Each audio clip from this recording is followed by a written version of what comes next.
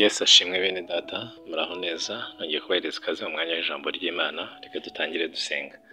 Mana nziza, tugushimiye amahirwe duhaye kumva ijambo ryawe. Nyemerera tugirirwe ubuntu, Mwuka wawe wera yende ku byawe waduteguriye, aba ari byo adusangiza ndetse anadushoboze gushyira mu ngiro icyo wadutumyeho. Tubisabye Imana twizeye mu izina rya Yesu Kristo.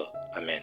Uyu ni umunsi wa kane w'icyumweru, turimo turaganira ijambo ry'Imana twifashishije umugani Yesu Kristo yaciye w'abagaragu b'imisebuja imbuto. Umugani tuwusanga muri Mariko ibice 12 umurongo wa mbere kumanuka.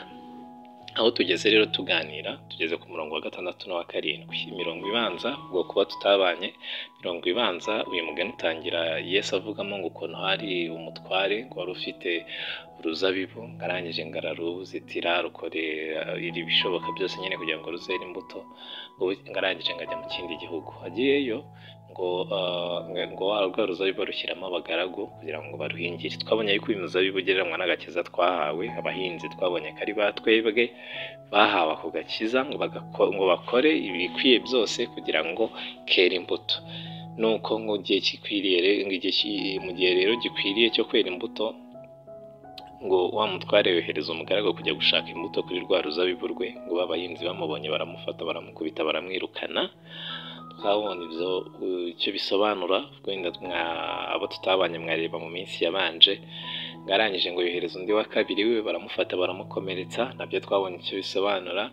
Wa gatatu amwohereje baramufata baramwica, nabyo twabonye icyo bisobanura. Uyu munsi rero tugeze ubwo uyu mutware yoherezaga umwana we. 12 Mariko 12:6 ngo bigeze aho asigarana umwana we akunda, abari baherutse kubatumaho ati bazubaha umwana wanjye. Ariko abo bahinzi baravugana bati uyu niwe mutware, ni mucyo tumwica ubutware bubi bwacu, Imana tugirire neza. Tugiye kwibanda kuri murongo wa 6. Ahangaha ngo bafashe uyu mutegetsi cyangwa se uyu mutware yohereje umwana we yibwira ko ahari ko bazamwubaha, ariko ngo baramufata baramwica. Imana itugirire neza. Iyo usomye ijambo ry'Imana riri mu rwandiko rwandikiwe Abaheburayo ibice 6 umurongo wa 4 kugeza ku wa 6, babonamo amagambo akomeye avuga ukuntu ngo uyu muntu ngo wamurikiwe n'umucyo akamenya ukuri kw'ijambo ry'Imana, ngo iyo akoze icyaha nkana ngo ababaye nk'umuntu wongeye kwibambira Kristo. Imana itugirire neza. Tugiye duhuje ibyo byanditswe byombi, yaba icyo cyo mu Baheburayo 6:4 kugeza kuri 6, ndetse n'ibingibi byarimo birasomwa ahangaha by'ukuntu abantu bishe uwo mwana w'Imana cyangwa se uwo mwana w'uwo mutware, birasa neza n'ibyo abantu bakora ibyaha nkana. Iyo ukoze icyaha nkana waramurikiwe n'umucyo wa Yesu Kristo, ukongera ukabikora nkana, donc ukabeshya ubishaka, ukiba ubishaka, wari ibintu wagambiriye, ugasambana, ukongera kunywa inzoga, hari umuntu wamenye agakiza, umeze nk'umuntu wongeye kwibambira Kristo. Bene abo bakora ibyaha nkana kandi baramenya ukuri, nibo bagereranywa n'aba bagaragu bafashe umwana w'umutware, bafashe umwana w'umwami bakamufata bakamwica. Imana tugirire neza. Ikintu cyabiteye, ikintu cyatumye bamwica, nuko bananiwe gukora ibikwiye, nuko bananiwe kuzuza inshingano zabo ngo beze imbuto. Iyo baza kuba barejeje imbuto, nta kibazo baba baragiranye n'ababoherejwe ngo bahereze imbuto.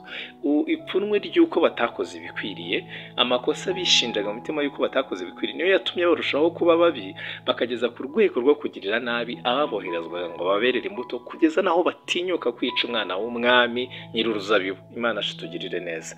Uko niko n'abantu bitangira batinyuka ibyaha bitoya, gutera imbuto, bikageza ku rwego bageraho bagakora ibyaha bagambiriye, aribo bagereranywa n'abantu bongera kwiyicira Kristo umwana w'Imana. Imana tugirire neza. Ibyo rero byabariye abagaragu birasa neza n'ibyabo bantu. Imana itugirire neza. Uramenya wewe wayishuriwe umucyo, wewe wamurikiye umucyo, ukakira umucyo w'agakiza k'ubuntu bw'Imana, uramenye ntugakore icyaha nkana, uramenye ntukagambirire gukora icyaha, ntukagambirire kugira nabi, ntukagambirire guhemuka, ntukagambirire gukora icyaha, ntugakore icyaha ubizi kandi ubishaka, ufite uburyo bwo kukirinda, ubizi ko ari icyaha. Ni gute utinyuka gukora icyaha ubizi ubishaka, uzi ko Kristo yagupfiriye? Bene abo bakora ibyo nibo bashushanywa na bariya bagaragu bafashe umwana w'umwami bakamwica babizi kandi babishaka.